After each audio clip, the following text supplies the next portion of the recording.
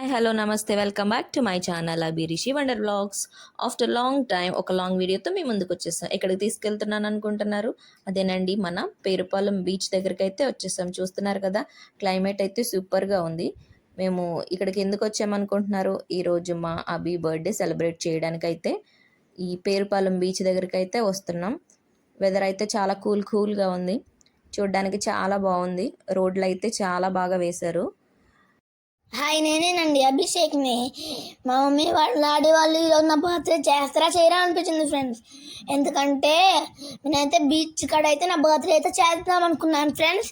కానీ పొద్దున్నుంచి అయితే ఫుల్ వర్షం పడ్డాది ఫ్రెండ్స్. మా మమ్మీ డాడీ అక్కడ వర్షం పడినందుకు వెళ్ళినవురా అని అయితే నేను భయపడ్డాను ఫ్రెండ్స్. కానీ ఆఖరికి అయితే మేమైతే బీచ్కి అయితే వచ్చేసాం. చూడండి ఫ్రెండ్స్, ఎన్ని చెట్లు ఉన్నాయి కదా ఫ్రెండ్స్ ఇక్కడ.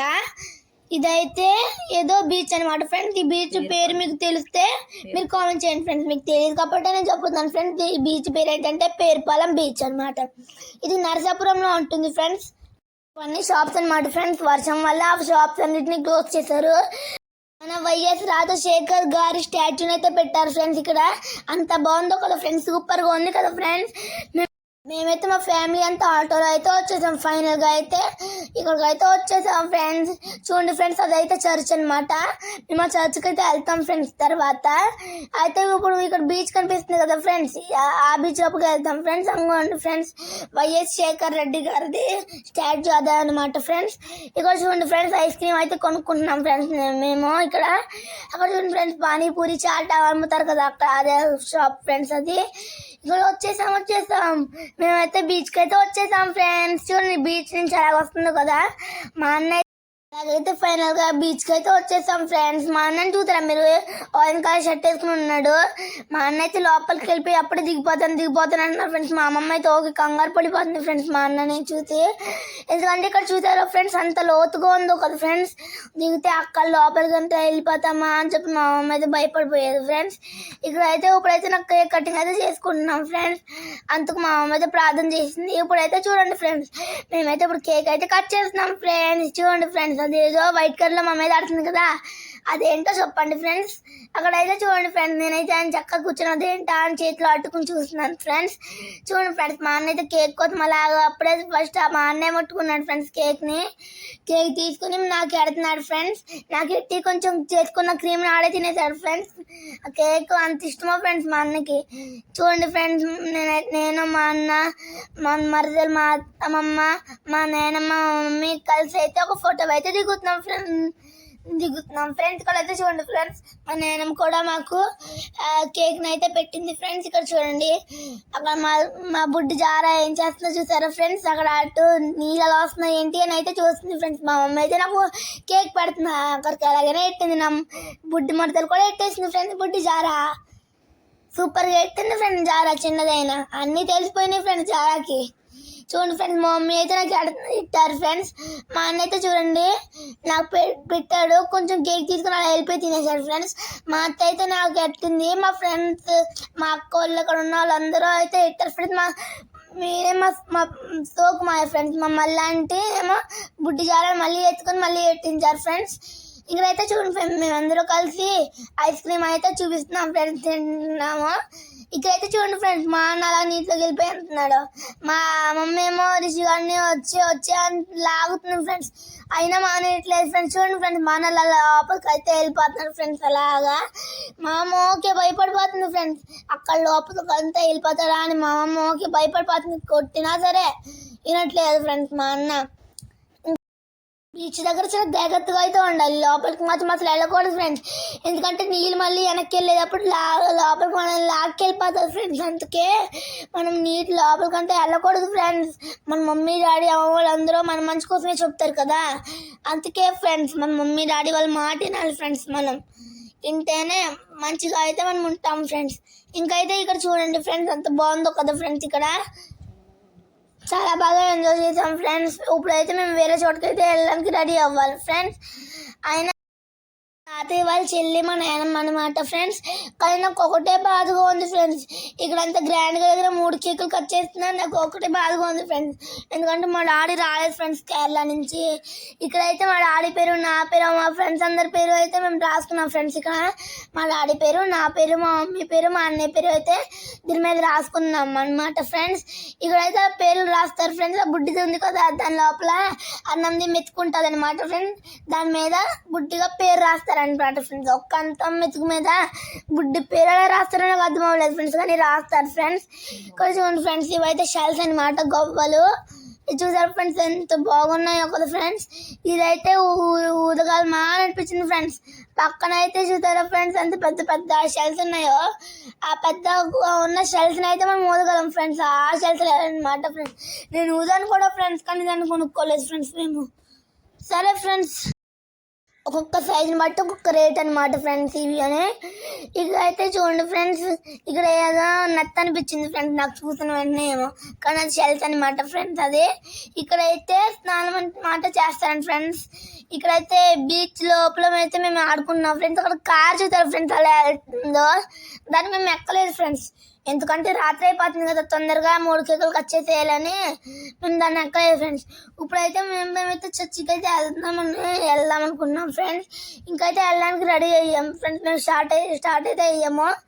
ఇంకా ఫ్రెండ్స్ చర్చి దగ్గరికి వెళ్ళే ప్లేస్ ఇలా ఉంటుంది అన్నమాట ఫ్రెండ్స్.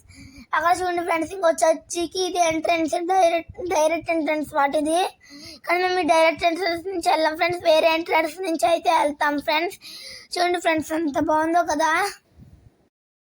ఈరోజు వర్షం వల్ల ఇక్కడ షాప్స్ అన్నీ క్లోజ్ చేసి ఉన్నాయి. సో ఇక్కడ ఎంట్రన్స్ చర్చ్ లోపలికి అయితే వెళ్తున్నాం. ఇక్కడ అన్ని బైబిలు వాక్యాలు అన్నీ కూడా అక్కడ షాప్ ఉండేది, వర్షం వల్ల క్లోజ్ చేశారు. చూస్తున్నారు కదా, ఇది చర్చ్ మాట, పేరుపాలెం బీచ్కి ఫేమస్ చర్చ్ మాట ఇది. సో లోపల అయితే ఇలా ఉంటుంది, లోపల చాలా బాగుంటుంది చూడడానికి. థీమ్స్ వైజ్ స్టాచ్యూస్ అయితే ఇక్కడ మనకి కనిపిస్తూ ఉంటాయి. చాలామంది ఇక్కడికి వచ్చి ప్రేయర్స్ చేసుకుని ఇక్కడ వెళ్తూ ఉంటారు. చాలామంది వస్తారు ఇక్కడ, చుట్టుపక్కల ఏరియాస్ అంతా కూడా పేరుపాలెం అయితే ఖచ్చితంగా వస్తూ ఉంటారు.